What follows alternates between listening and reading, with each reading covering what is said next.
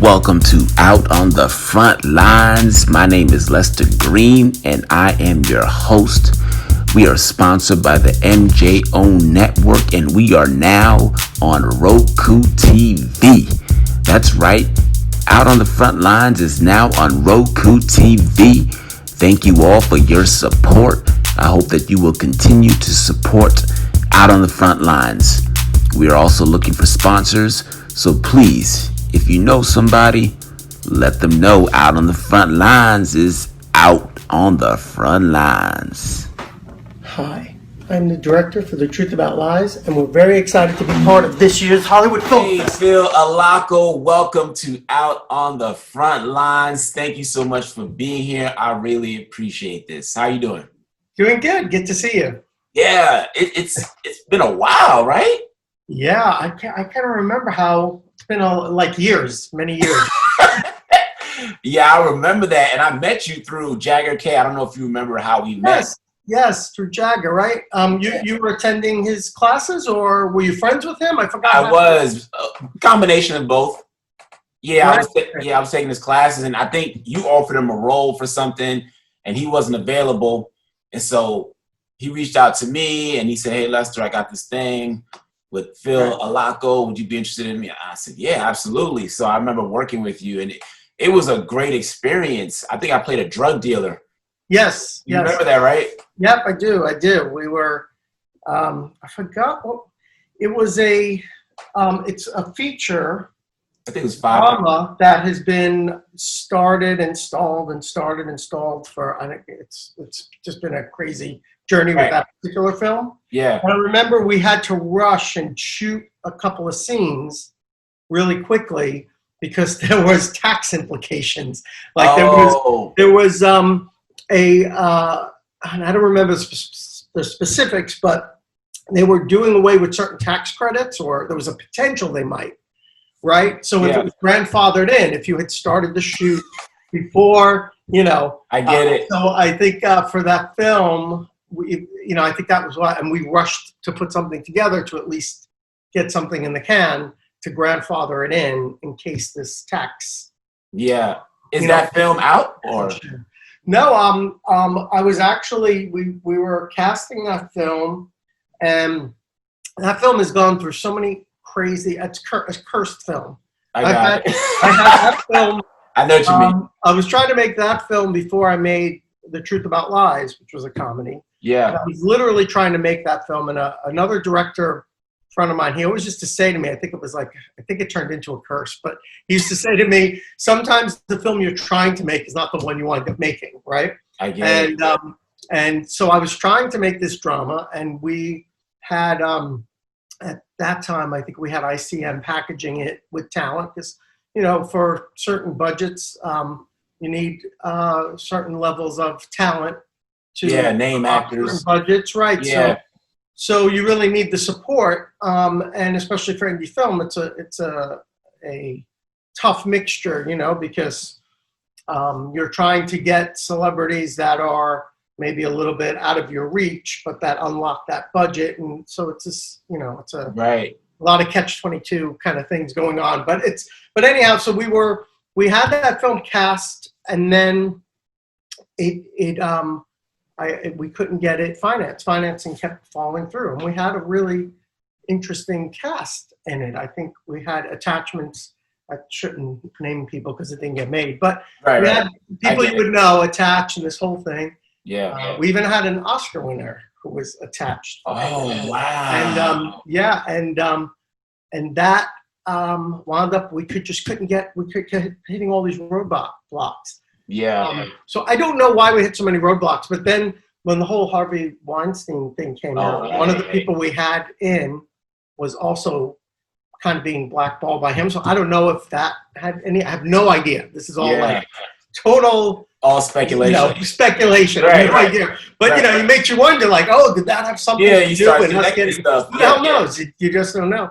And so then, in the process of trying to make that, I got funding for this comedy, Truth About Lies, which was kind of a little film I was trying to make just to make something, and that one got funding, and that one went, and then the there were people who, after Truth About Lies, I was talking how that came about with this other film, and that's the one that you and I met on, and then they became interested again. So then I went down the whole road. We started casting it again, the whole thing, and then it looked like, looks like this is going to get made. Yeah. I mean, we started hitting a lot of roadblocks again. I'm like, what the heck? And then COVID happened, and I'm like, oh Jesus, this is Yeah. But it's actually it is a tough film. I hope I get to make it because it's a cool film, but it's an ensemble cast. So for an indie film,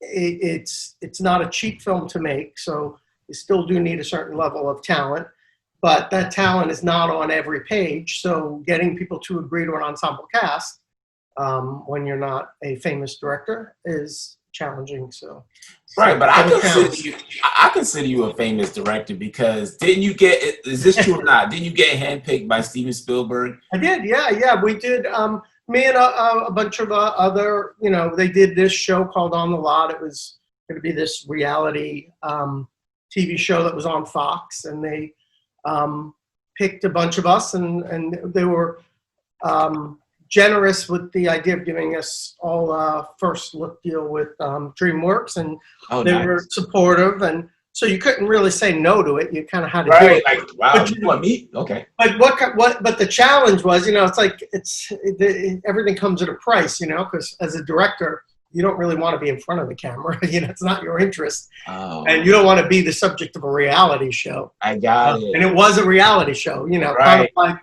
a Project Runway kind of thing for directors. Right. And it was I don't think they ever really got the format right. It didn't really work. Yeah. I think they had one season, they kept changing, tinkering with it. And I think my own opinion is that I think it's not like you can't make it a Project Runway. Project Runway is it's very much a designer artist with their hands and their design on one thing, where directing it's a collaborative art form. You know what I mean? You can't really treat it in the same way. It's not like, it's a good point. How many directors, and on this show you had to write, direct, and you had to do everything yourself for each piece. But again, it's just, you're still at the mercy of, even if you are doing everything yourself, you're still working with other people. It's hard to, write, and every week directors had to do that throughout the show, different challenges. So yeah, it was kind of like a Project Greenlight, but Project Greenlight was a better fit for directors and filmmakers, because it's a whole journey of making a film. The whole process. That made much more more sense. Yeah. I'm thinking though, more of a view of what it's like. Yeah. I'm thinking that when you mentioned that it was about directors, I would love to see a reality show on just directors and how they think and how they move and how they work, because you don't really see that kind of stuff. So I thought that would be an interesting. Well, I mean, my opinion, if you're a good director or any kind of successful director, I don't think you're that interesting, because because you have to be calm. You're not the one being, you're not the one, you're trying to keep things level. You're trying to get things to happen. Not really the personality. I don't know if you make good TV, you know what I'm saying? That's a good point. I'm not saying it's not interesting. I mean, we used to have director commentaries where directors talk about what went into it. And I think behind the scenes and the making of things are always interesting. There are great stories. Yeah. But I think the process of it, I mean, it's a good point. It's kind of like, hey, we like paintings, but it doesn't mean the process of watching someone do it is always that fascinating. That's a good point. Okay, but for that On the Lot program, I saw you do a little intro video. Was that all factual information that you revealed? Yeah. Yes. So wait. Yeah. Really? Yeah, I saw it. So wait, did you really film your surgery? Yes. Yeah. Yes, we did. I did. Well, technically, I didn't film it because I was unconscious. Right, you weren't. Yeah, that was your idea. Whose idea was it? My best work is unconscious. Wait, whose idea was it to do that though? That's well, when I had gotten this, and I don't know how far we want to go down this crazy path, but I got an illness called trigeminal neuralgia, and at the time, This was in 2002, somewhere around there. Okay. And I never heard of it. I never knew anything about it. It's like one of those things. I just woke up with it. And what it is it's a painful, one of the most painful conditions you can ever get as a human being, which, of course, as a director or writer, just even hearing that is fascinating to me. Yeah. Not so pleasant being the one it's happening to. Oh, yeah, of course. But yeah. basically, it happens in your head, and your trigeminal nerve, it reaches the 3 branches go into your face. It's the largest nerve in your body, I believe. I don't know if that's accurate. I think it is. But what happens is your nerve has a coating over it, almost like a wire to a lamp. It has the rubber over the. Yeah. There's a myelin sheath that goes over your nerve, and for some reason it malfunctions, and then all these types of pain, like burning, electric shock, stabbing, all those pains that you can get from the outside world. Again, those things don't exist in the outside world. It's just your body creating a reaction to stimuli, right? Yeah. So if somebody stabs me, there's no pain react. in the knife. It's my body creating that. Yeah. So imagine if your body just started creating that pain Without that. without anything, and it has the potential to do it. And that's a crazy thing, right? I never, who would think of that? Yeah. We don't think of pain working that way. But yeah, so it would turn on stabbing, electric shock, burning, those sensations for no reason. Yeah. And it turned out the problem was in my brain stem. There was a doctor who discovered this. I don't know how they figured that out, because my pain was actually up here by my eye. So it would feel like I was being stabbed in my eye, burning. And I would look like, what the hell? It felt like just somebody stabbed me in the eye with a knife, Yeah. I would get all these attacks, like hundreds and hundreds of them, about a couple of seconds each. Yeah, in between. Each attack. And then eventually it got longer. I had an attack like 40 minutes, and there was it used to be called a suicide disease, because people used to kill themselves if you had this. You can't live with it. It's impossible to function with this going on. Yeah. So some doctor figured out that the problem was in the brainstem, and there's lots of ways that people try to treat it with medication, gamma knife. They try to damage the nerve. He believed that there was something on the base of in your brainstem, on the base of that nerve, that was almost like your wire shorting out on a wire.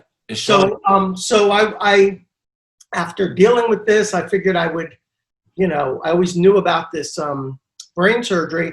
And at the time, I guess it was still considered by insurance companies as experimental, because even though it was around for, I don't know, 20 years or something at that time, they were still labeling it as experimental. So, and I was calling like support groups for this thing, and people were like, I remember I called a support group in New York, and the woman was like, "Oh, we broke up. There's no hope." I was like, "Holy, like we broke up. First off, you should not be running a support group." Yeah. Right?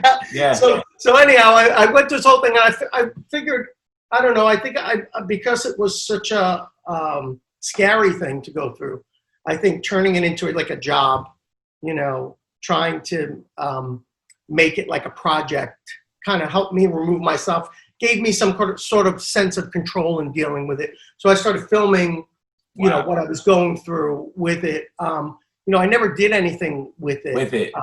Yeah, because, as I was filming it, and I didn't film it like with this intent, like, oh, this is going to be great. It just gave me a way to deal with it, Right. Right, so when I went in for the brain surgery with an amazing surgeon, a really compassionate, amazing man, this guy, Dr. Babu, head of NYU, he let me film it. I go, I want to film it. And so I had my crew come, and we filmed the whole brain surgery. I still have the whole thing on tape. And he let us film it. It was like a 5-hour surgery. And I guess the weird thing after it for me is that once you finish the surgery, you don't know if it's going to work. And then there's all these benchmarks, like you got to wait 2 months, then 2 years, then 5 years. And there's all these benchmarks where it could, any point could come back. And it was kind of so terrifying, that part of it. Right. And I just think, it's an interesting thing. And that's a big lesson I learned when I was going through it. If you're ever dealing with any kind of illness, I think it's very kind of natural now to go look online and look to hear people talk about it. Yeah. And what you find, you're going to find an off balance usually of negativity, because people who get cured and do well, they go back to living life. They're not on boards writing about, oh, I still feel great. You know what I'm saying? Good You're really going to hear people who are the bad ones. Yeah. All the bad ones. So at a certain point, I just kind of get out of that world, because hearing all the nightmare stories of how it's back and all this stuff, and then I just kind of walk, But yes, I did. It's a long story for yes, I did. Wow. And he did cure me. That was in 2004. Darn, I feel like, so you still have the footage then? I still have the footage, yeah. So if you wanted to put it out, I could, yeah. Who wants? Yeah, no. Talk about the ultimate behind the scenes. You can see my brain. I don't know though. Are you thinking about doing something with it, or are you just gonna leave it there for now? I was going to, and then I just, just. But you can even make it into a movie. That whole idea of dealing with that. Yeah. No, because I feel like as creatives, we're always looking for material, and some of the best material is stuff that actually happens to us in real life. No. Yeah. It is an interesting thing, but I guess I guess I don't know, maybe a little superstitious. I just didn't want to mess with it because it could come back. I think I'm going to put this down. That's smart, yeah. But I feel like doing a movie would be a safer thing to do, right? Yes, yeah. You don't necessarily have to. I think when you're, like the stuff I write, or anyone, the things you go in life, they find their way into your material. They do, yeah. Good point. Unexpected ways, but. Yeah. So I'm just curious, when you were dealing with that, was your wife, that must have been tough for the whole family. Yeah, it was tough. That was tough, Yeah. That stuff ain't easy because it's also so mysterious, you know what I mean? Yeah, you don't really know. It's not like some kind of thing that most people know about, and there's like, okay, here's what you do. There was a lot of figuring it out. Yeah. There was a lot of conflict also between doctors of like, which is the right one to go with. And I did learn, one thing I really did learn is that all doctors are not created equal, True. And, I remember when I was looking at the stats, there were certain doctors who did this procedure who were creating the stats, making it look more like it was 50-50 it worked or not. But then when I looked at the surgeon who invented the procedure, he had like 70-80%, and everyone out of that team had a 70 or 80% success rate. So that was fascinating. So I went right to the source. I reached out to Dr. Janetta, who invented the procedure. I was like, help me through this. Help me navigate. What do I do? Who do I see? Where do I go? Yeah, because I was talking to another doctor at the point, trying to find the right surgeon, and he had like accolades all over the wall, and he had like written books, and he actually had a book where it looked like he wrote it with Dr. Janetta, and Dr. Janetta didn't recommend him, so he recommended someone else. So you don't know, like sometimes what looks on surface is one thing is not really what it is. So luckily I made the right choice. So. Right. No, kudos. I'm glad it worked out. So in that same video, that On the Lot video, you talked about you had your parents in one of your movies, you had your wife. Is that a thing? Do you put your family in your movies? Well, those are like, when I started out with, I was doing short films, and one of the first films I did, kind of very much like my feature career so far, is like, you're trying to make one film, but the one I was trying to make was more ambitious. So then I made something funny with my parents just for the, fun of it. And they were great sports, and they were awesome. They did it. It was a fun experience. And so I wound up doing that. I think that was the first thing I made. You did, yeah. And that kind of got me hooked. Yeah. But I had I was a late starter in this industry because I had a career before this. And I was always interested in film, but I was a musician. I was a recording. You're a rock star. For years. So that was my life, up until, like 2000 or something, Yeah. So when I decided, I remember on one of my last tours, I remember feeling, I don't know, sometimes you just get these things in life where you just feel like, I can't explain it, but I felt like I was done doing that. I never thought that would be possible. Yeah. But I think I was also excited about doing something different because my whole life since I was a child, being a musician was my identity, was whatever my ego, whatever what I identified with. And the idea of not being that, it was like almost like a death of, in a sense, you know. Yeah. So it was like the idea of letting that go was terrifying and exciting and depressing, you know. And also the music industry was changing. It wasn't me just being philosophical about it. It was changing, you know. Yeah, yeah. And I thought it just felt like my career was winding down, or my opportunities were winding down. Mm-hmm. I didn't realize the whole industry was changing. I just took it personally, like we usually do. You only look at your career around you. Yeah. So I remember being on tour, and I just remember we were playing theaters, which is something I really wanted to do for so long, because we had a lot of kind of bad luck with touring on my first record when I was like 24. We were touring with this band called Mother Love Bone, which was we were supposed to tour with them on my first record. That was Pearl Jam before they were Pearl Jam.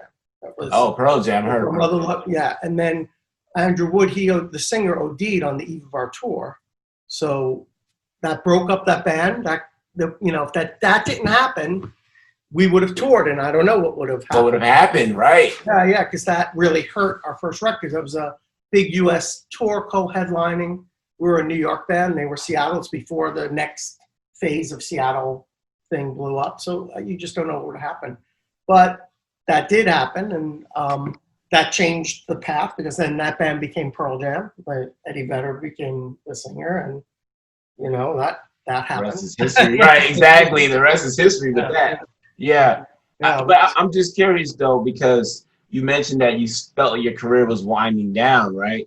But I feel like rock stars, they perform until they're 80, 85 years old. So I'm just surprised that you sort of. Yeah, I think it was for me. I don't know. It was at a point where I shouldn't have felt that way, but I felt. I don't know. I remember feeling like I felt like the old guy in the room or something. The kids were all like, young kids. I don't know. I felt at a place. I don't know how to explain it. I don't know if it was a premonition that maybe I've sensed it. You sensed it, or I don't know. But I and it was also a weird time for me personally, because that was happening. Then like 9/11 happened. That was like a big change in the world. Oh, of course, Everyone was kind of changing what they were doing. And I just thought I wanted to try film. I thought to myself, what would I do if I could do anything? Yeah. I knew right away what I wanted to do, but I wasn't allowing myself to even think about it, because I had all these excuses like, well, you can't do that. You're this age and you didn't do this. And, so I didn't even give my mind a chance to think about it. So when I did, I was like, well, you know what? I realized I'm just afraid to fail. So I said, you know what? I'll give, what's the worst that could happen? I failed, So I just went for it. And then it seemed like, at the time, doors opened again, where doors were closing, doors were opening. And I had opportunities. And every time I had made a film, I remember feeling like more excited about that than what I was doing. And then it kind of felt like, wow, everything I loved about music, which I really liked the collaboration. I liked getting together with people and creating this project. One of the things I really liked the music, which in hindsight carried over, I think I liked more about the idea of going to make these records. Because when you made a record back then, it was a big production. It was. You all went, and it was like making a film. Like all these people came together. Hands on, everybody hands on. Yes, and you made this whole thing. So when I started making short films or any kind of films, it felt the same. And it felt like all the things I really loved to do, and collaboration and all that kind of stuff was still happening. So it kind of felt, in hindsight, it feels like an evolution of what I was doing. Right, yeah. So it felt like you were back home again with the music. Yeah. Yeah, I'm just curious in terms of your music. Have you ever thought about using your music in your films? Like, you know what? I got all these great songs. Let me just put some of this. When I was doing short films, when I needed a song, I grabbed something, because then I would rights. Yeah, right. But I think, it's funny because after that, or whenever I'm working on stuff, it doesn't really interest me to create the music, because I get such a kick out of working with other people who their talents are really specific for that. Because writing songs, which, you know, using a song in a film or something is awesome, but the people who score, which is like, it's, to me, is like, it's a whole other different art. It is. And it's so, you know, to work with someone who really, you know, has their passion and they have a real talent for that, it's really magical to be around that. So I really, you know, I'm a big fan of other people's talents. I think as a director, it's not about kind of stroking your own kind of ego, whatever. It's more about, it gives you your job. Your job is to kind of get the best on that screen that you can, through your resources, through, you know, through who you can, you know, blackmail to work on your film, or right, exactly. I know what you mean. Convinced to work with you. And if you're fortunate enough and you work with a lot of talented people who really their passions are those things, you know, I think it's really exciting. And so that I get a real excitement over that. And you're like the coach. You're sort of bringing everybody in together. Well, like, that's how I see it. I mean, I guess there's all different ways I guess people look at it, but I do look at it like a coach. You know, if I look at football, you know, the coach is not out there. You know, you can have all these plans and all these great ideas, but you're not the one out there doing it. You know, like your actors are out there doing it, and you have to work with them. And you have to, in my opinion, you have to create the right environment for them to do their best work, and you have to play to their strengths. Yes. You know? At least, and there's philosophies where, you know, look, there's filmmakers who have a single vision, and they not force, but they make sure everyone is going only to that thing, and people adapt to that. And then I think there's another way of, you know, where it's a little more organic, and you're trying to play to the strengths of the people you have in. So, for example, even though when I write a script, if I have a certain actor for it, once I cast that person, it's now becomes a collaboration with that person of how to create that character and what they bring to the table. Because, you know, you have the script, but now you want it to become something magical. You want it to leave that script and become something hopefully better than you've imagined. And how you get there, sometimes it comes out just the way you kind of thought it would, and that's exciting, because it's seeing something that you've imagined in your head come real. And then sometimes, and I think some of the most exciting things are when it transcends what you thought it was going to be. Becomes something else. You know? I think of there's a story, you know, who's probably known as one of the most master control directors, which is Kubrick, you know.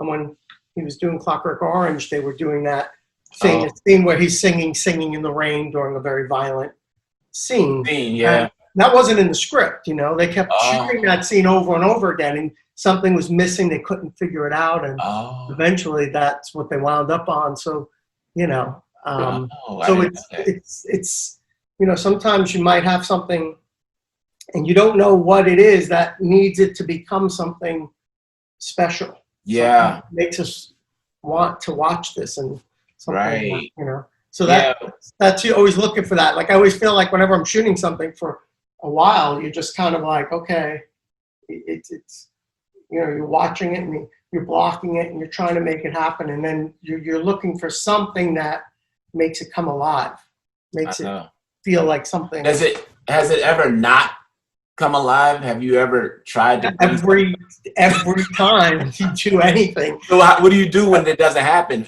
How do you gotta work it. Like that's a good example with that scene. However they got there, you know, you got to find a way. And there's a lot of times, you know, you set everything up, and sometimes it's on a scene you think it's really simple, you know, like it's like, okay, it's funny because it's easy to underestimate the power of every single scene. Sometimes you just have some connective tissue, you know, some scene where you think this is just some quick business. We're going to shoot this really quick and be in and out of here, and that's an easy one. You know, you it's human. You know, you look at, like, here's an easy one. This is a tough one. And a lot of times the tough ones sometimes wind up being an easy one. And I then agree. you could have a little easy scene where you didn't even give it that much thought. Yep, and you struggle with it. Yeah, there was a little scene in Truth About Lies, which is, you watch the film and it's such a you would never know that it gave us trouble. But it was a silly little scene. And I remember all of us just sitting around like, one actor was like, why am I doing this? Another actor, yeah, why is he doing this? Why am I doing this? And all of a sudden you go down this wormhole of like, oh, I guess, I don't know, we're all lost now, and then I gotta be the leader, though. I gotta be the coach. Yeah. Yeah, and then you got to figure out, and there's always a piece, there's always something, and it could be something very small that unlocks that scene, and then all of a sudden the scene may look to the outside, well, that's exactly what was in the script. What was supposed to be, right? Yeah. But maybe it's not. It could be the way you're covering it. I mean, yeah. I'll give you an example. In my film, there's a scene where in the script, it's following the main character, friend, it's following him into a room. And so in the script, it doesn't describe what's happening in that room. It's following him in. Okay. And when we get there, his, the girl he's having an affair with and her husband are in that room, and they're talking, and then they react, and the dialogue happens in the scene. When I shot the scene, I decided to cover it in a different way. I decided to start in the room and on the husband and his wife, and then have friend enter. Walking in, right? Yeah. So they were like, "What's happening here?" Yeah. And I, wasn't in the script because it wasn't written that way. I decided to cover it a different way, just because of the nature of the location gave me a better way to create this scene. Yeah. So then that was a question that's not answered in the script. What are they talking about for just it's like a second before it comes in, but we needed something. And, How long did it take to get to that realization though? Was it? It took longer than it should have. I got it. Yeah. It took it took an hour of because then, I think it's funny. Chris Diamantopoulos was in that scene, and then we were trying to find what is the right moment, and he went to take a call, and through the film he's ignoring her anyway. He's kind of oblivious to her needs in this whole thing. It's why the affair even happens. Yeah, no, I saw the film. And so he went to take a call while we were talking about it, and we all kind of realized that's it. He needs to be on the phone ignoring her. It was just a simple thing of him, being on his phone, kind of talking to her, which wasn't in the script, wasn't on paper. Yeah. The little moment, simple little thing like that. Little transition, yeah. And I just didn't have the idea on the spot. It took a moment to figure out what is the right thing he should be doing. And of course, but when those moments happen, they're not that much fun because everybody's sitting around. Your whole I know. waiting to go. Like, what do we looking need? at you like, what's going on? The pressure's on. Yeah. Time is ticking away. Screwing up everything. I'm screwing up everything. Exactly, right. People starting to doubt you. Like, wait a minute. Yes, and then you guys are like another scene. Yeah. Yeah, but that film, The Truth About Lies, let's talk about that. I know it won a lot of awards, and I saw that it got nominated for a Webby. Am I pronouncing it right? Oh, no, that was the one that got nominated for what? That was a commercial. Oh, it was a commercial. That was a different. I thought it got nominated for. Okay. No, but it got a lot of awards though. Yeah, it won. It won best film at 5 festivals, I think. It was won like 17 awards at festivals. So that was really good, and it came out in theaters. It was in. I think we got it to 25 states, and then it was picked up by Showtime, so it was on Showtime, and Sky International for in the UK, and in Europe it was on Sky. So it was a fun. It was a fun adventure. I loved the cast. They were really great, and that was it's hard to make a comedy, especially today. So I know. Tell me about it. We have. Is that your thing? Because I see a lot of your films are dramas. Because I watched another film that you did called The Argument, and I absolutely love that film. Oh, thanks. Yeah, because I'm watching it, and at the end, they're like, "Yeah, how'd you think that did?" I was like, "Wait a minute, wait. that was a scene being act. I thought it was like the real thing. It seemed so real. And then they got into an argument at the end. Did you write that? Yeah, yeah. I love that film. Fun. Oh, thanks. That was a fun short film to do. You know, yeah. I mean, you know, I just like writing. I mean, like the script. I'm just finishing a script now that's a sci-fi. So I just like writing and I like making stuff. I don't, you know, that one happened to be a comedy. I wasn't, you know, trying to, you know, be in that necessarily in that space. I'm not a comedian or anything. You know? Right. But Yeah. I just I was trying to write something that was just small and just people interacting and something that I could do on a smaller budget, and that was mostly just you know, apartments and houses and daily life, and comedy had kind of fit that. I loved you know, a lot of Woody Allen's relationship comedy kind of. Yeah, I could see that. So yeah, so I just I did that and you know, and it was fun.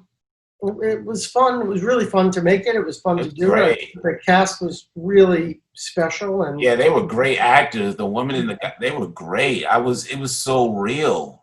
Yeah, Fran also the star of that film. He is such a talent. I mean, he really is. You know, right? He's so brilliant, and we had a lot of fun doing it. You know, maybe you know sometimes I felt like we're having too much fun doing it. You know, when you have an experience like that on set with actors and everything is great, how do you move on from that? Because after it's a wrap, it's a wrap. Yeah. You move on to the next project. Sometimes you don't see those people again. You don't. Yeah. No. And also the next project, you know, you want to keep working with some people, but you know, you don't know when your next film will get made, and you don't know if you have a part that fits. Yes. You know. Yes. But I mean, I loved working with Fran and Odette and the whole cast. They were. Yeah. Elizabeth was super talented. Is super talented. Yeah. But I you know, you don't know when you get an opportunity. It's hard. I mean, you know, indie film. It's like it's expensive. You know. It is. It's time consuming. You know. And you know, and then getting it out into the world. It's such a I don't know. I still find the whole thing fascinating and intimidating. Yeah. You know. Yeah.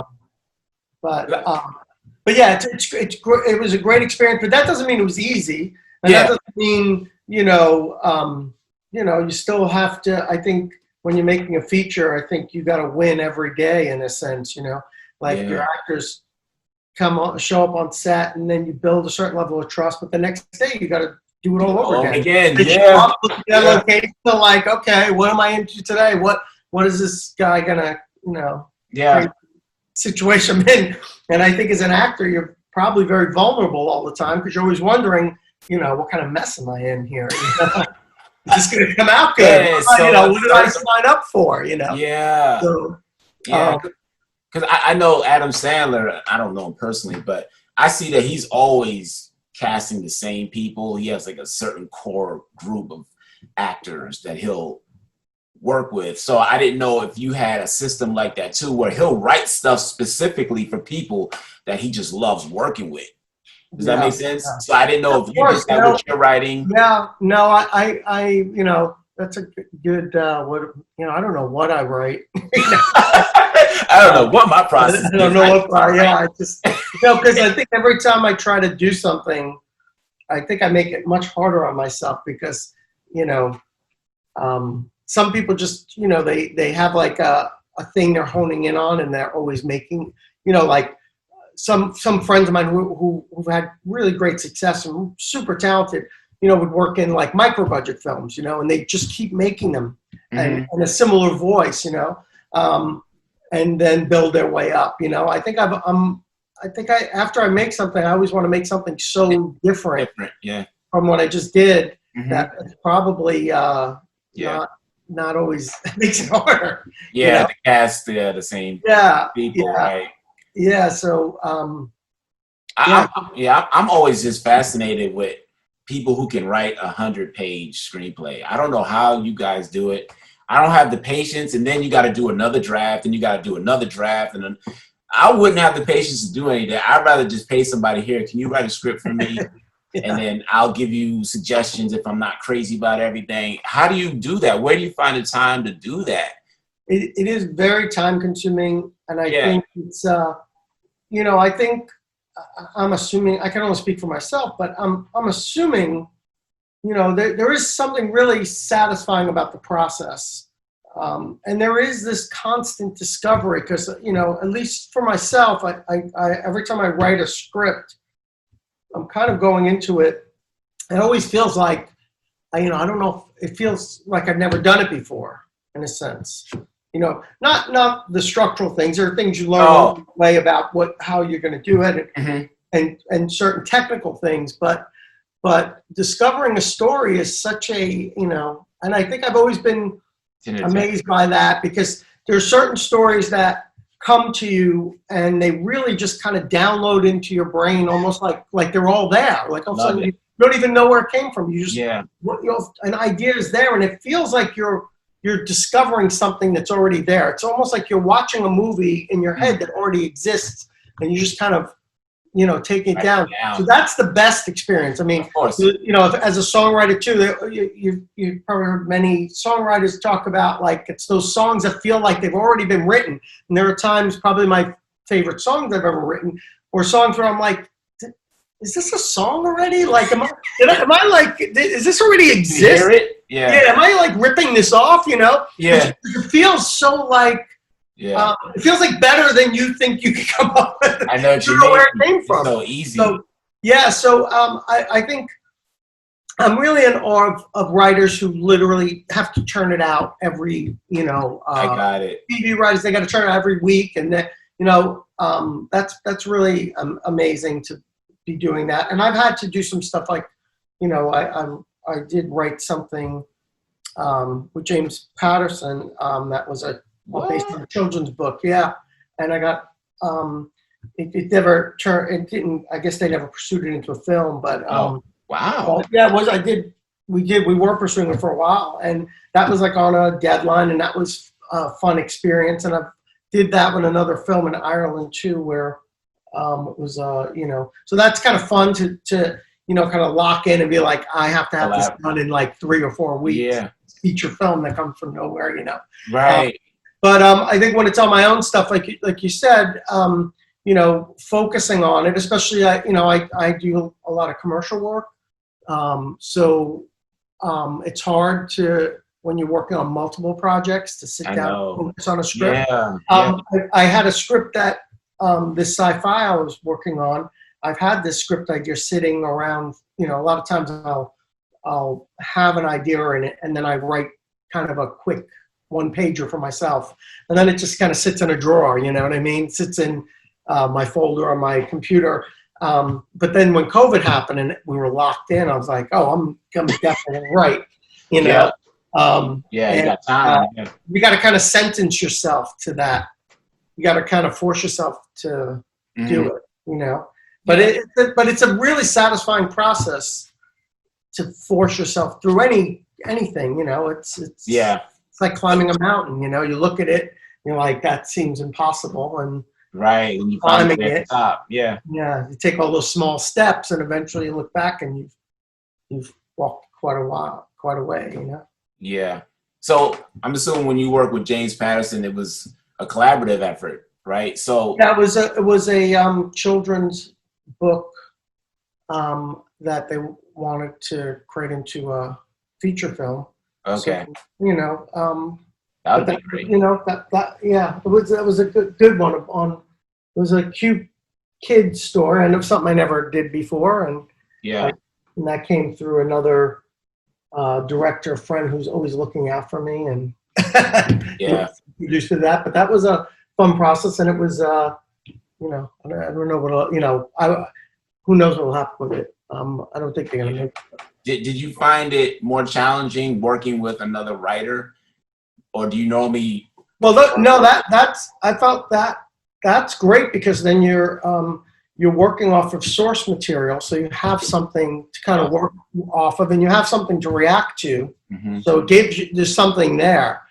For myself, it's harder, like if I'm finding looking, stuff. yeah, if I want to write something, Yeah. you know, I like, what is it? Where does it come from? What is going to inspire me in my mind to go on that journey? And it is a long journey. It's a big investment of time. And then at the end of it, you know, you're going to commit however months or a year, whatever it takes you to come up with this original story. And then, you know, you have to be kind of crazy or convinced or just having fun with the process in order to go down that road, you know, and then have the tenacity to follow it through. I think with filmmaking or anything that is whether you're writing a book or anything that's a substantial thing that you're trying to do, I think you have to have a lot of tenacity. So you have to be stubborn in a weird way. You have to be stubborn and open.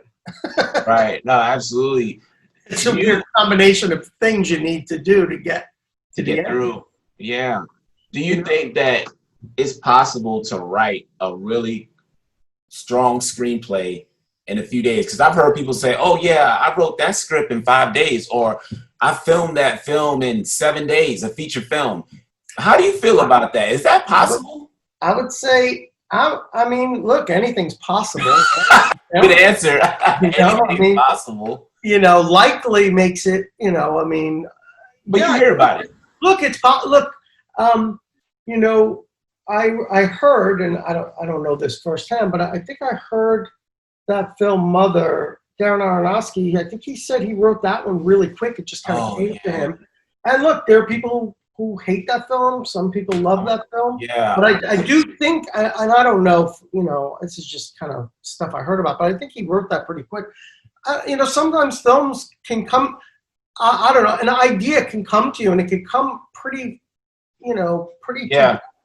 And depending on what that concept is, you know, some films are more, you know, I'm thinking like the Blair Witch film, right? Oh, Blair Witch. Like that concept, like the concept was even bigger than the script. Like that script could have been, you know, roughly, you know, like the exact dialogue matter, or, you know, you could have done that same thing 10 different ways. It still would have been the same kind of impact and maybe cultural impact, because it was the idea of using that kind of found footage, which created a whole genre, right?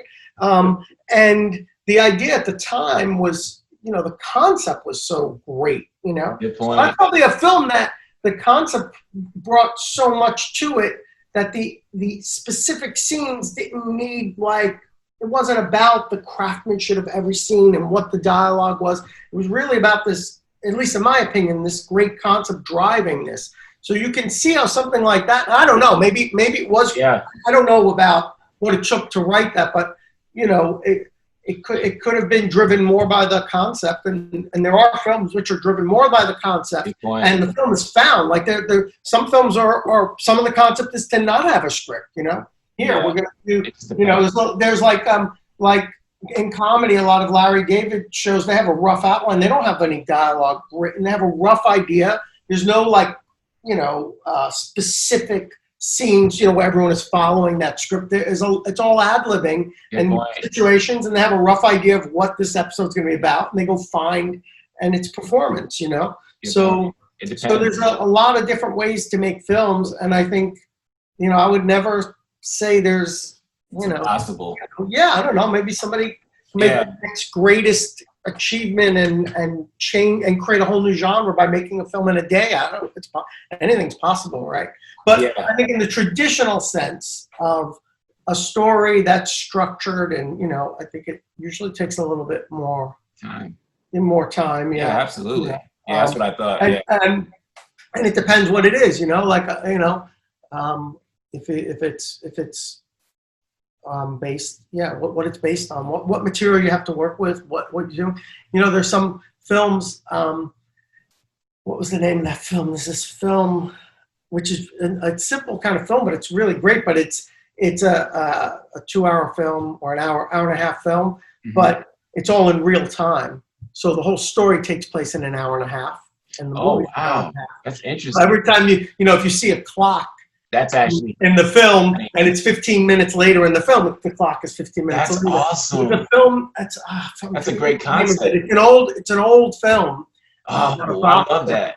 Yeah, I gotta remember. I'm blanking out on the name. Okay, yeah. I'll get it to you. But it's a great film because it's all in real time. I love that. The story and what's happening in this hour and a half, and it's all. That is so brilliant. But yeah, so it's one of those ideas where you say to yourself, "I wish I would have thought of that." That's so and clever. that's from I think it's from the 40s. Oh my goodness! Wow. Yeah, and it's really, how did it do? How did that film do? It's a classic film. It's a classic. Blanking on the name. So it did well. I don't know. It's not like something that you see on TV or anything. Oh, I know, but I mean, it did well. But it's known. Yeah, No. I know Scorsese loves that film. I think he was. Yeah, I've heard he's played it for. Okay. For some of his crew before working on specific films.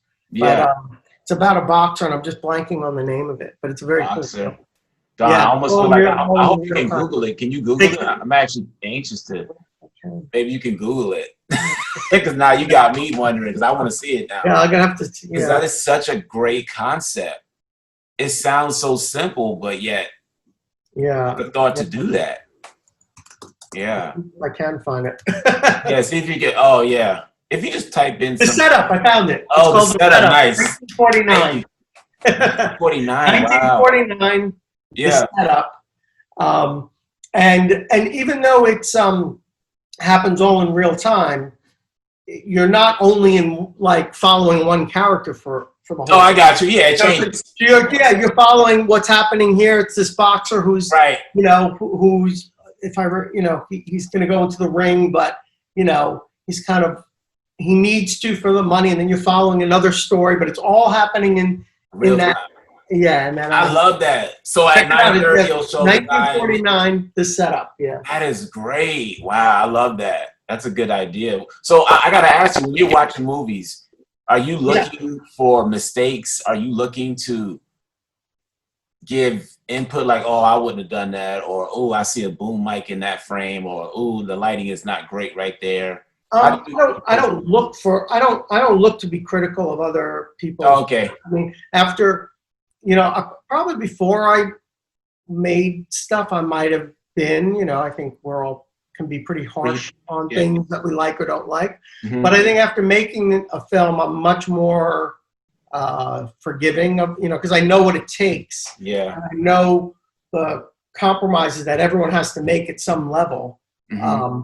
Just to get your, get your stuff done. Yeah, so it's a little more forgiving on that. Absolutely, because you get it. Yeah, but at the same time, I think what's cool about film is not in my opinion, film is not a reflection of reality. Film is a reflection of how our brains work and how we perceive the world around us. Mm. So the way our brains work, and it's a language we're speaking to our brains. This is why everyone can tell when a movie is bad or something doesn't work. It's kind of like, a magic trick is not really subjective. It either works or it doesn't.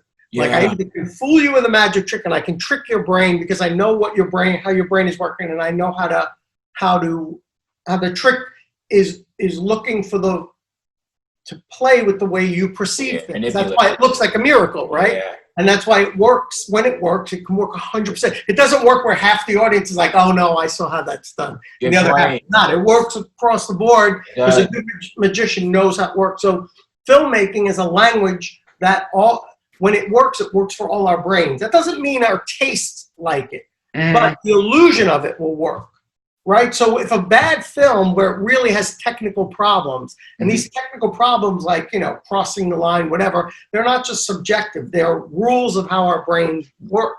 So, if somebody crosses the line, then you lose, like, I don't know where we are all of a sudden in covering this room. If you do it right, whether you like the scene or not, you understand the map of the room. You understand when it's cutting. Because if you think about it, the camera's moving all over the place, right?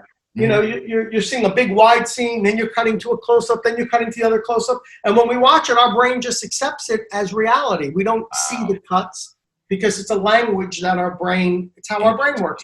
If I if you ask me how my day is, I automatically, tell you and then edit it. I don't, if you ask me my experience of going to the store and it took me an hour and a half, it doesn't take me an hour and a half to tell you.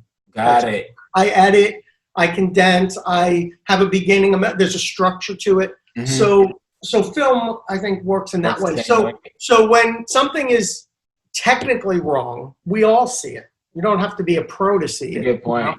We all know, whoa, that that didn't look right. That's not right. That's wrong. And what's really fun is when there are great directors who break some of those rules purposely to make us uncomfortable, confuse us, because like a magic trick, they are trying to direct us here so they can pull out the surprise here. One of my favorite, not movies, but TV stuff is Twilight Zones.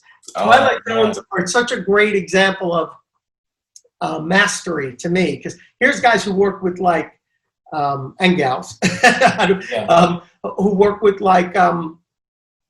every episode. We already know the trick. We know you're going to surprise us and give us a paradigm shift at the end. So they're at a disadvantage, right? Because we're all looking for it, right? What's the surprise? What's the trick ending? Right. We know they have to do it every episode, and you're looking for it, and you still don't know it. Right. You still get surprised. So that's, to me, is a level of mastery. And they're also working with such little low-budget sets, and it shows what you could do just with craftsmanship. I mean, I love I don't know how well you know Twilight Zone, but there's a famous episode where I think it's called The Eye of the Beholder, and it's this woman who's so ugly, and she's trying to get this face lift and reconstruct her face. Otherwise, they're going to put her on an island where she can live with people who look like her. That's how hideous she is in society. Wow. And you never see the nurse, you never see the doctors, you never see any of them, and you feel like it's weird, but you're not really questioning why I'm not seeing their faces, right? Because the way they shot it, you look back at it and you know it, but it's so done. Because the big reveal is they take her mask off and she's beautiful to what we see, but they're all hideous, and they think she's hideous. There's so many brilliant Twilight Zone, episodes, and I always love that because they have to do it. They have 30 minutes to do it, or 25 minutes, however long each episode is. Yeah. And some of them are better than others, of course, but there's a lot. They have 30 episodes, 20-something episodes a season, and they're able to do that. So I love that. So that's pretty impressive. Yeah, where do you see TV and film going, though, just in terms of all these streaming platforms?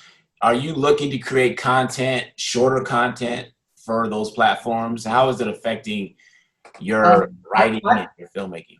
Yeah, I've never seen a market for short films, at least in my experience. I think short films are really more for artists or directors or writers or actors to practice and exercise their, it's a great way where, obviously if you're a writer or a director, you can make a short film. Actors always looking to, especially young actors, looking to build their reel on. You don't show a movie, you show a scene. Right. So short films have fill a great niche with that, but they're not really money makers, And then as far as the streaming, what it looks to me, it kind of looks like, well, you used to have the studio system, and the studio system, you would kind of, work your way up into that system. It was a little more of a career path, I guess. Now it feels more like the Wild West, at least here in America. It is. But I feel like the streaming platforms are the new studios. They are. Instead of having Warner Brothers, you have Netflix. Yes. And then they're the ones. And Hulu, and they're the new studios. Disney, all these things, and they're the studios. Their streaming platforms are the new studios. I am worried or concerned. I hate to see movies go away. I know. Because there's something really amazing about sitting in that dark theater. The experience. And it's a collective, it's one of those unique experiences where it's collective, but it's also individual. Yeah. Not doing it together, but you are together, but you never talk to, Good point. So it's a really interesting, I hate to see that go away.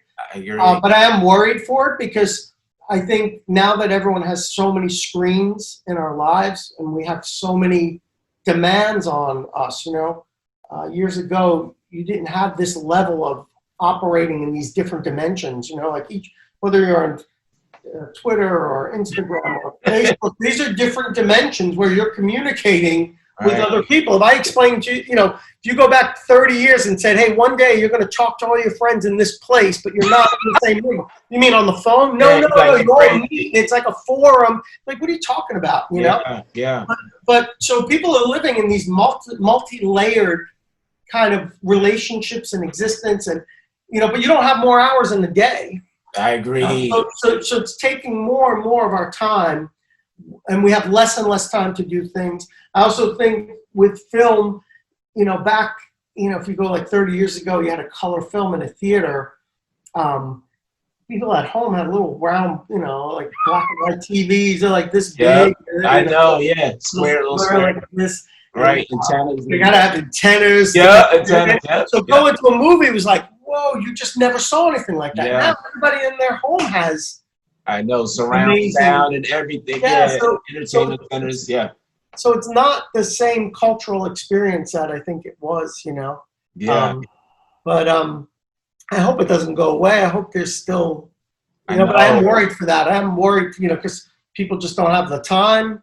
And then with COVID, COVID changes. But the world will change after this because now we've broken a bunch of habits. We all hear about look at what we're doing here. I mean, doing something like this, even just 5 years ago, would have been like, oh, okay, we have to be in a room and we have to have cameras and we have to be like I'm in my house. I got my lights set up and everything. Yeah.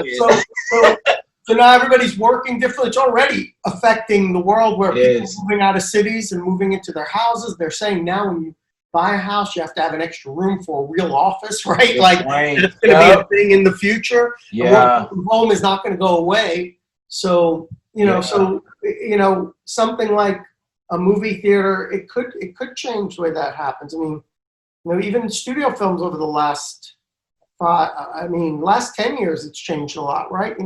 Remember that crazy thing called the big budget dramas? You don't see those anymore. Oh, you don't. They're now kind of like series, like everyone's talking about, right? Like that used to be like before you would have Netflix, you would have movies like that, maybe a 2-hour movie in that like Warner Independent $20 million range, big movie stars, but doing slice of life or drama pieces of life, or now you don't really see that. It's all superhero movies that are $300 million, or fantasy movies, right? That's all the big, the theaters, because I think theaters, they need these big kind of experiences. So I don't know. I'm worried about it. Yeah. When was the last time you went to the movie theater to watch a movie? Because some of the movie theaters are still open. Yeah, I haven't gone to a movie theater during COVID. You didn't? Okay, you haven't. Yeah, no, I haven't gone. And also, the movies that they put in the theaters are not necessarily, like good point. Real superhero movies. That's what it feels like. I don't. Yeah, no, you're right. So, I mean, if there was a movie I wanted to, see. Actually, the last movie I went to see in a theater, I think, was Tarantino's Once Upon a Time in. Oh, I love that movie. Did you watch it? Awesome. That movie was. You didn't like it? I loved it. That movie was amazing. He's such a master. I mean, so masterfully done. Acting, Leonardo DiCaprio and Brad Pitt. Oh my goodness. Oh, they're great. You were asking me before, like, do I watch a movie and think about the flaws and stuff? Yeah. I would say filmmaking helped me to appreciate great filmmaking. More, like you said, as an actor, like you can see it. When you see it, you know. Yeah, you can appreciate it more. So when you see it and you're just like, oh my God, you can really appreciate that. Yeah, I didn't think I was going to like it because I felt like I'm not a huge fan of period pieces where it just, and I thought it was going to be one of those movies where, okay, it's going to be an old movie where they're going to be talking differently and they're going to be dressed differently. And I was not interested, but somebody was telling me, no, you have to watch it as an actor. You have to watch it. It's like a master class on acting. I said, okay, I'll watch it. And sure enough, that's what it was. It was amazing. Even the woman, what's her name? Robbie? Is it Robbie? Oh, yes. I forgot her name, but she was amazing, and she wasn't one of the leads, but she was amazing in it. Great, yeah. Is her name Margie? Was it? Margot Robbie. Yeah, she was amazing in it. She's great. Yeah, she was amazing. But again, I love that movie. But you know what's great about Tarantino's films is, and again, I mean, he's always been a master. I mean, right out of the gate, right?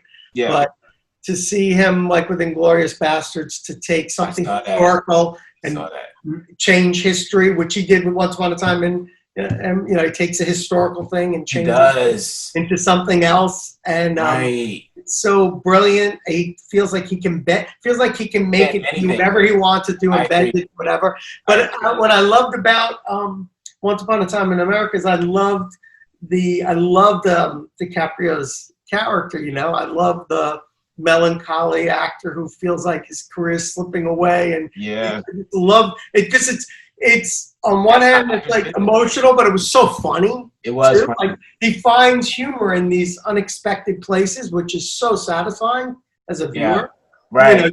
And you're identifying with something that's so out there, and and it's funny. Only he would. I feel like he always has a tendency to be pulled in a direction to, where a lot of people don't even want to touch something. Whatever politically is correct is going on, right? Yeah. We just had the Me Too movement, right? And now he's got the villain, a woman. So you're seeing a man violently beat up and you know what I mean? I forgot about it. And it's like, and he finds the way where you can just battle that fence. He's really goes right on that nerve where it's like, you don't want to go near that, and he finds a way to do it in a way where it's like acceptable. Not that I'm not saying it's good. I know what you mean about that, but look at Django with the racial issues. Oh, I saw that too. There, right on a raw nerve and putting it right in our face, in a context where we can accept it, but it's still, you're still dealing with racial issues, you're still dealing with words that we're, you got to have that balance. Supposed to even talk about. And he finds a way to go into these edgy things, and I think that's part of what makes him great. Makes his films exciting, because you always feel a little bit of that uncomfortable, like where's that tension? Where's he going with this? Yeah, like I know he's not gonna go there, is he? And then he just stops. And he finds a way to and I think that's what art does, right?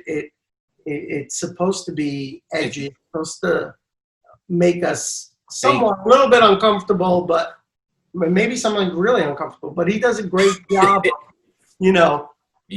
finding those places with, at the same time, at the same time still making it where it's for everyone. You know what I mean? Yeah. So I remember. I just think he's a master. No, he's amazing. I gotta admit, that's probably one of his best films ever, in my opinion. Me too. Yeah, because I just didn't think I was gonna like it. It was really good. I wish. I wonder what I would have thought of it too if. Because the only negative thing, and it's not negative about the film, but Inglourious Bastards, he already did the, I'm going to take a historical thing and change, and it's not going to be what the ending is, So I kind of knew going into this, a little bit of that was. It was going to happen. I knew it's not going to be a historical reenactment.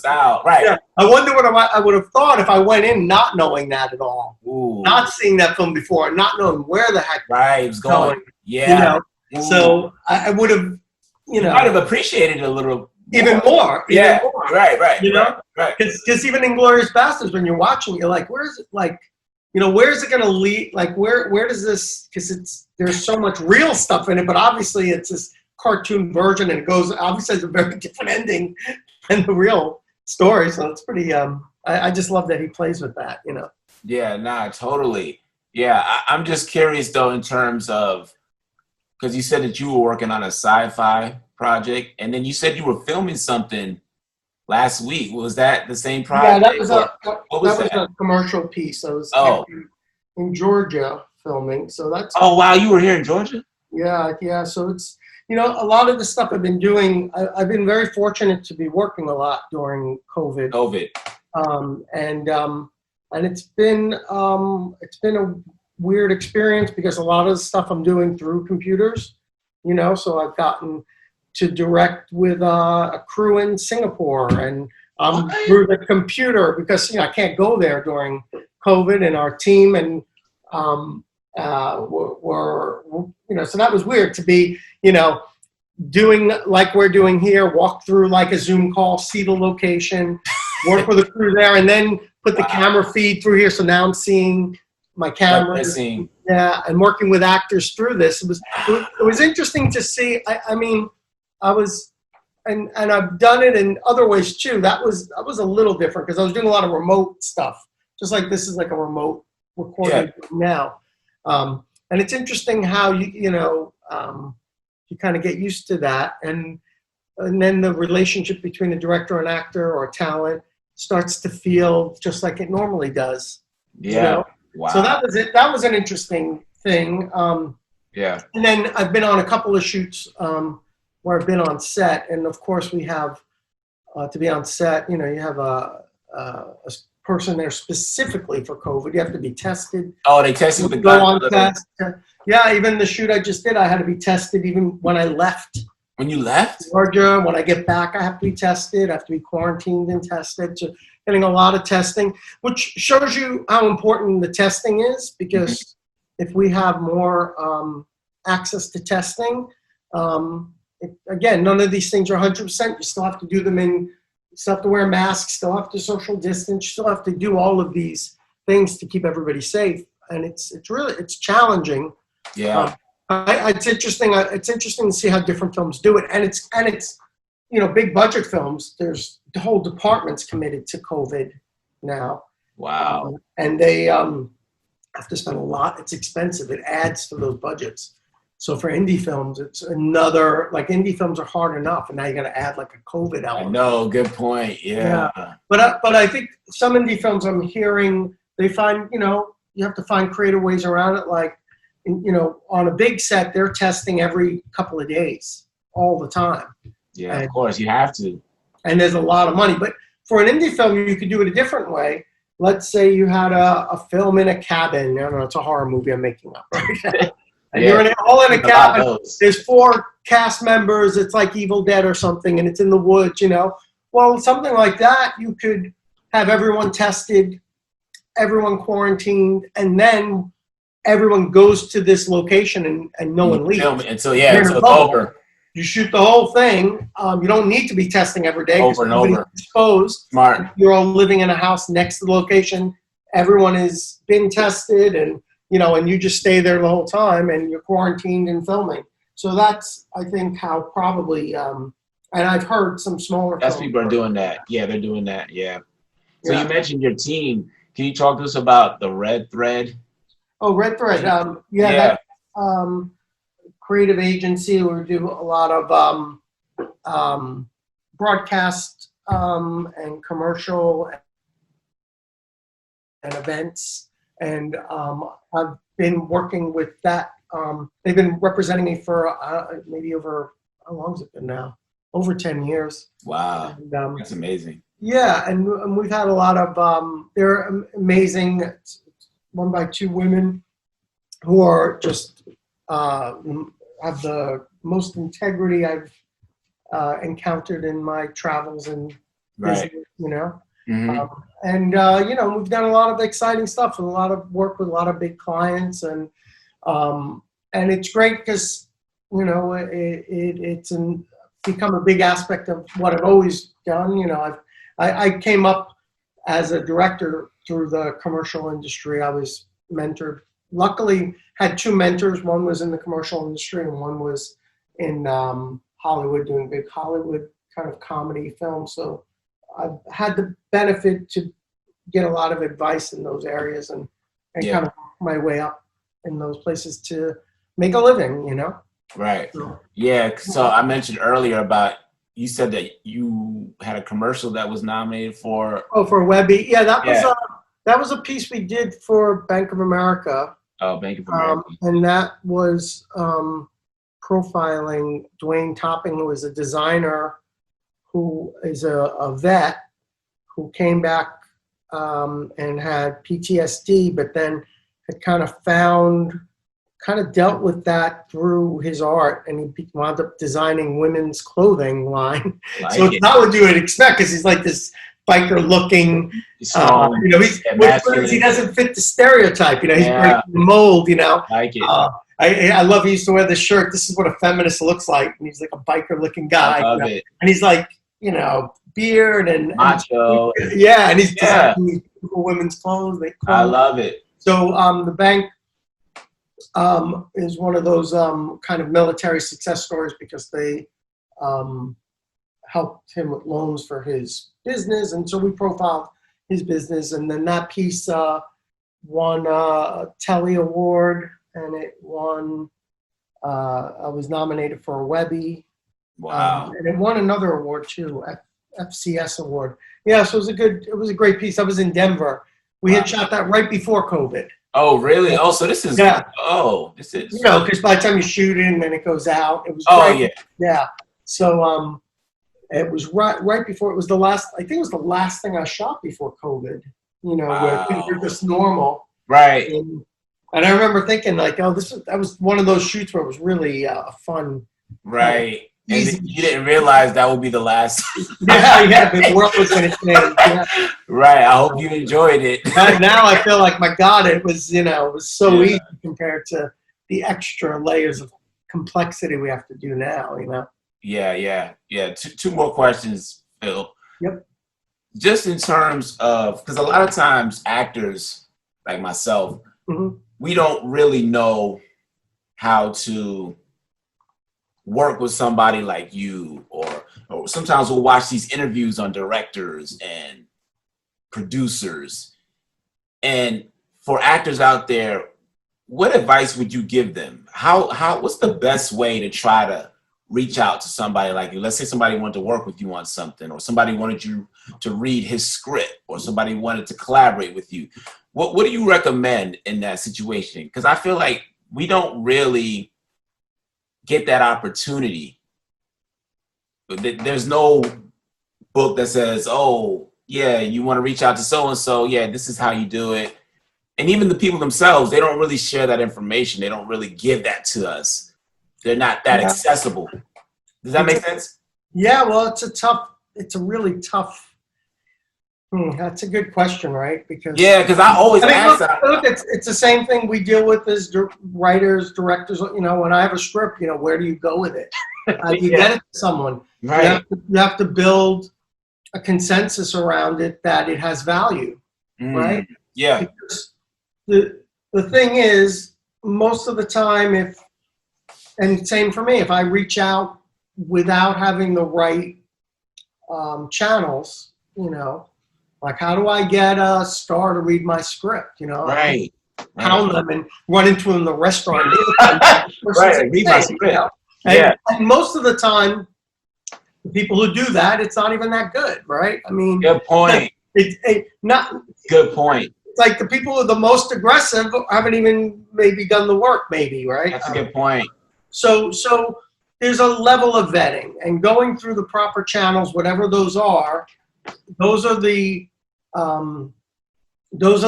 kind of safety. I know that's not the right word. Those are the channels that make somebody respect what you're doing. Now, to get somebody to read a script is challenging. It takes time. It's a commitment to read the script. Yeah. So you're not going to get somebody to read your script or look at your reel. Just, you know, it has to come through the right people. It has to earn the right credentials, and you have to build support. So if it's a script and you have no connections to anything, maybe a good way to start is putting it in contests and putting it in festivals. Get something that gives it a seal of approval. You know? And that's what we do. That's what films do in festivals. Good point. You're trying to get awards to say, hey, this is good. When you go to a distributor, this film is worthwhile because, look, we've won these many awards. So that's one avenue. I think, you know, my wife is an actress, and we talk about this all the time. And, you know, I think for an actor, and I don't know if this answers your question, but I always feel like the job of an actor, unless you're already famous and you have the dream career that every actor, that's why you get into it. You have this idea of what you think it will be. But Right. like anything we get into, what we think it will be and what it actually is comes to two different things. Yeah. And I think for an actor who's trying to get in the industry, the only acting you're going to do that has real value is your auditions. That's the job. The job is auditioning. The job is not being a movie star.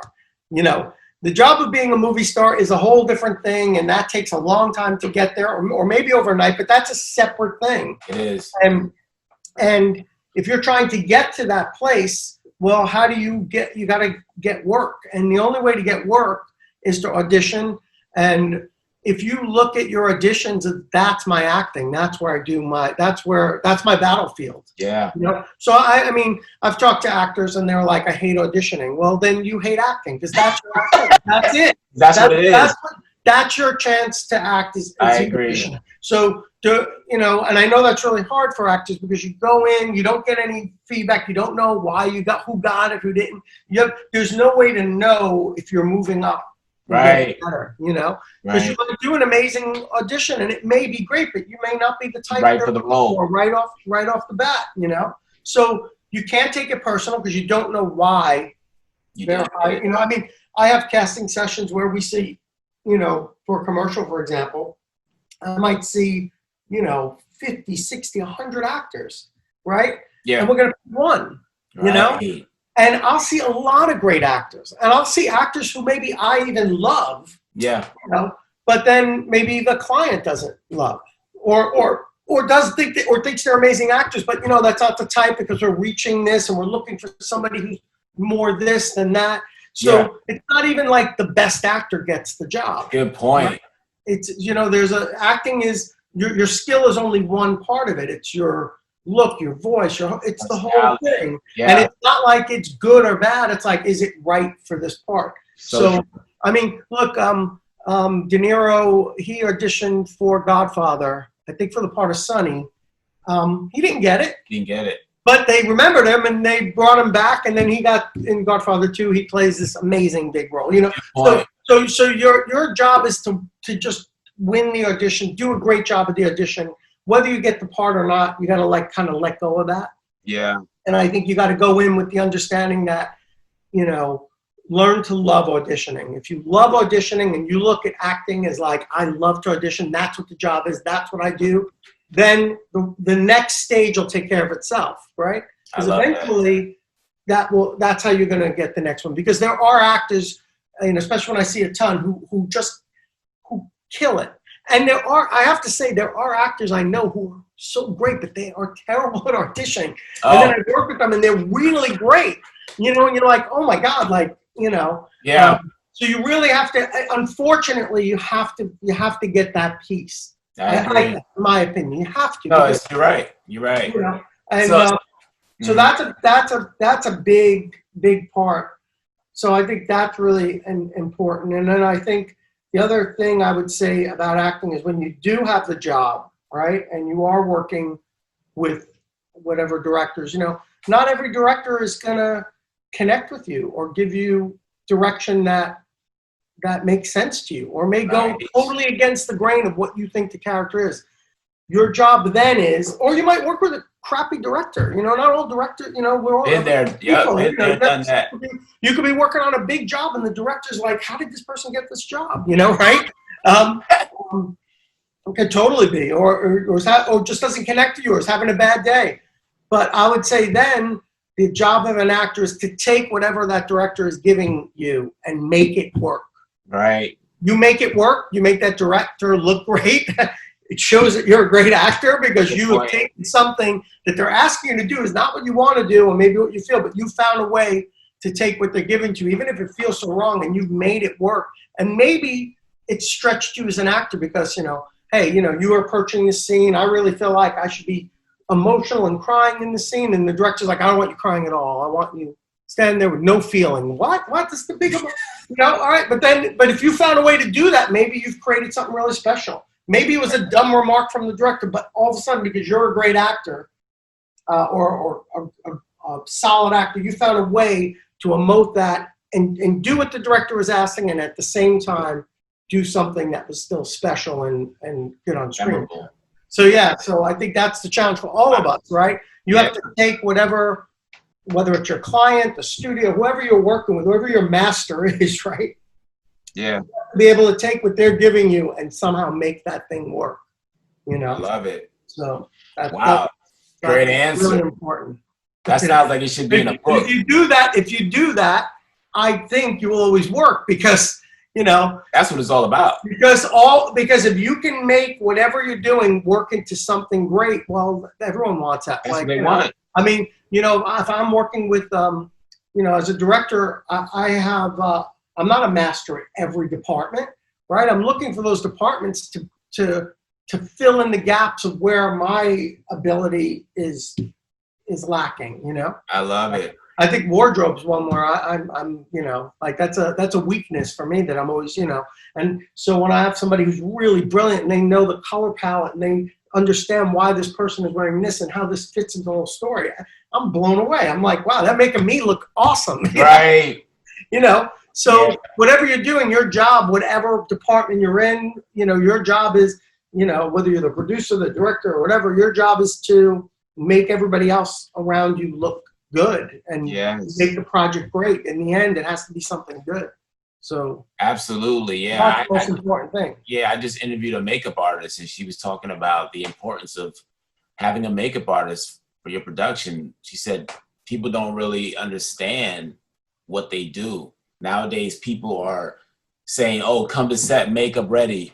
We're not going to have a makeup artist, so they're slowly sort of going away from the makeup artist, but they're valuable. Oh yeah, no, of course. Right? And a makeup artist who, there is the basic standard, like, hey, we're doing an interview, we just make sure we look presentable. Oh yeah. But then there's makeup artists who are, you know, deciding what the character or wearing their hair that way for that. Yes. You know, there's a whole other level. Or a gunshot wound or of course, or prosthetics to be prosthetics, all sorts of levels of that help create the illusion. You know, with if you don't have mastery in every department, the film can hurt the film. Absolutely. And of course, depending on what you're doing, you might not have that need for that level. Yeah. You know, but yeah, every it's there for a reason, you know. That's what I was saying. It's there for a reason. Last question. So I gotta ask you this. So how were you able to maintain such great hair after your rock star years? What's the secret in how? Because my hairline is receding. So. I think I gotta go for that. I need to. Nah. Well, how do you? This is laziness, you know. Like no, but actually, it is funny. I think when I had my brain surgery, I had my head shaved. Really? And then when because I had to make it, you know, like 2 months and 6 months, like there were all these benchmarks. Yeah. It's kind of like, you know, like with cancer, like, oh, if you make it this, then it's not coming back, or, you know, you have all these benchmarks. Mm-hmm. So as my hair started getting longer, I felt like I was getting farther and farther away from where I was. Yeah. So then after a while, it just kind of felt like, you know, or probably part of my insecurity of like that period. Like, I just want to get away from when I was in that period. Yeah. And then also it's easier. It's laziness. Oh, is that what it is? Okay. Yeah. You know, because you got short hair, you got to like get that cut all the time. Yeah. You know, here it's like, it's just. What do you put in it though? Do you put a special shampoo? I know my friend was telling, because he has gray hair, he was telling me Pantene works great. Is there a special, what do you put in it? Gel? How do you? I put probably some gel thing in it, but mostly like, it's not a big deal. I don't mostly really soap and conditioner, and I'm pretty lazy with that kind of stuff. Okay. I'm definitely not high fashion, you know. Clearly, right now. Clearly. No, but I just think it's great because I don't know. I never could grow my hair. I always had that problem. Some people are just blessed with that. Some people say it's genetic, so that's why I was just curious. Yeah, I when I was a kid, being in music, you know, hair was like such a big deal. Oh yeah, it like means something, you know. Yeah, it's just right. And when I was a kid, like I went to Catholic school, and you know, they're always trying to get us to cut our hair because it's, you know, I grew up in the 70s, and it still meant like, you know, you were an outlaw, you were outside, A rebel. you know, so everyone's always trying to get you to cut your hair, you know, and Yeah. you got to cut your hair and this. And You're a rebel. so I think I still have, I think it was like embedded in how my brain is wired that it's still like somehow, you know, I always, and I used to love the, you know, the Samson story when I was a kid too. Oh, know? yeah. Like, yeah, the hair, he had strength to cut his hair, he's useless. Right, So right. Now I'm just, superstitious. Cut my hair, I'm gonna. You lose your superpowers. Yeah. I love it. Yeah, I don't know about superpowers. Just my mediocre powers. Mediocre. I love that. I love that. Wow. All right. Well, listen, Phil, thank you so much for being on the show. I really appreciate your time. This was very insightful. I learned a lot just from listening to you. I really appreciate this. Thanks so much. It was so much fun talking. Hopefully we can hang out in person one of these days. Oh, yeah, I know. Hopefully. We'll see. We'll see. Let's pray for that. I'm always up for meeting up with people and connecting with great people like yourself. So. And good luck to you. And I keep following your career and always see you're always working and you're always doing amazing stuff. So thanks, buddy. I appreciate that. I'm a huge fan of your work too. So keep up the great work and stay safe out there. Yeah, you too. Hopefully we get to work on something soon. Yeah, absolutely. You never know, right? You never know. Take care, pal. All right, buddy. All right.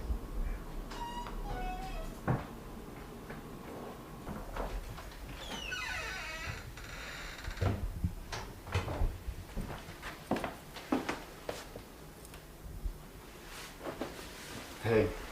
Hey. Didn't think you'd still be up. Sorry to disappoint you. I didn't mean it like that. Then what did you mean? Look, I don't want to fight. It's late. Where were you? Working. Working. It's 3 in the morning. Can't you at least come up with something better than that? Does it really matter what I say? You're not going to believe me anyway. Because you're a liar? I'm a liar. What did I lie about exactly? Everything. This whole marriage is a lie. Well, finally. Something you and I agree on. Who is she then? I have a right to know. Oh my God, you're Who is crazy. she, huh? There is no one else. Right. And you expect me to believe that? You believe whatever you want. I don't care anymore. You're never here and you don't even have the decency to tell me where you go. You want to know where I go? Anywhere. Anywhere but here. So it's all my fault. I'm so horrible and you're so perfect. And if you're so perfect, then why is it that every other woman that you've been with has walked out on you? No, I am not perfect, but yeah, you are horrible. You live in your own little bubble. And God forbid if anything contradicts all the crazy shit that goes on in your head. I have needs too, you know. I actually need someone who's interested in me for a change. Interested? What's there to be interested in? You never have anything to say ever. You don't talk to me. You haven't even touched me in months. I cannot talk about this anymore. You know, what sort of man are you anyway, huh? What sort of man doesn't want to have sex, huh?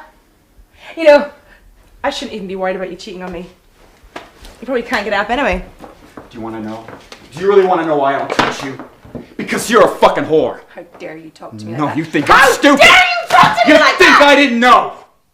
I don't know what you're talking about. Brad is what I'm talking Brad, about. that's ridiculous. No, I read That's your emails. ridiculous. I know all about it. You read my emails? You went through my things. Do not try to turn this on me. How am I supposed to trust you when you're going through my stuff? Trust me. You fucking cheated on me. It's not what you think. And then what is it? Look, it's not what you think. What is it? It's not what you think! What is it? What do you expect anyway? You were never here! It's just a friend. He was there for me. It was nothing. A friend? Nothing happened. How many other friends have you fucked? Oh, I fucked them all. Is that what you want to hear, huh? Does that make you happy? Happy? Do I look happy to you, huh? You ruined my life. I'm sorry, but you shut me out. Do you have any idea how you make me feel about myself? You act like I don't exist. And if you do acknowledge me, it's only to tell me I've done something wrong or how horrible I am. What about my life? Don't I at least deserve to be happy?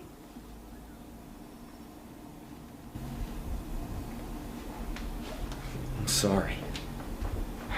I didn't know you hated me this much. I don't hate you.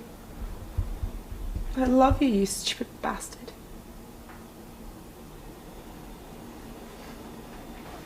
I love you too.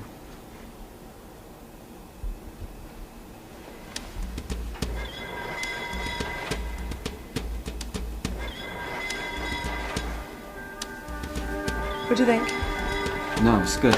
We should do it again though. Why? I think it's good. No, I like the scene. I just think it was a little bit contrived by you in the second half. By me? Yeah. You're the one throwing us off trying to remember your lines. No. Those were dramatic pauses. Right. Maybe for a soap opera. No, you don't have to be a jerk and insult me. You're a dick and take everything so personally. Well, maybe you should take some of that premenstrual anger that you're obviously experiencing and go stick it into your act. Maybe you should just try acting, huh? Fuck you, alright? No, fuck you. Fuck you first. Fuck you. You're Fuck so you. out of order. I am out of order. And there you have it. Thank you for watching Out on the Front Lines, brought to you by the MJO Network on Roku TV. Thank you to all the supporters. Again, we're looking for sponsors. Stay safe, stay productive, stay creative. Out on the Front Lines. My name is Lester, Signing out. and I am a bus driver. So I think driving a bus is just something that is very fulfilling. People are depending on me. When they get to their destination and they come up to me and they thank me for getting them to their job safely, it makes me feel good. I feel like I'm doing something positive in the community. Driving the bus around, you see so many different things and you hear so many different stories, and it just really inspires me. I actually created a screenplay where I talk about my life experiences as a bus driver. So I think no matter what your job is, you need to find that sense of purpose. You need to find out why you're getting up every day to do what you do. And I do it because I love helping people at the end of the day.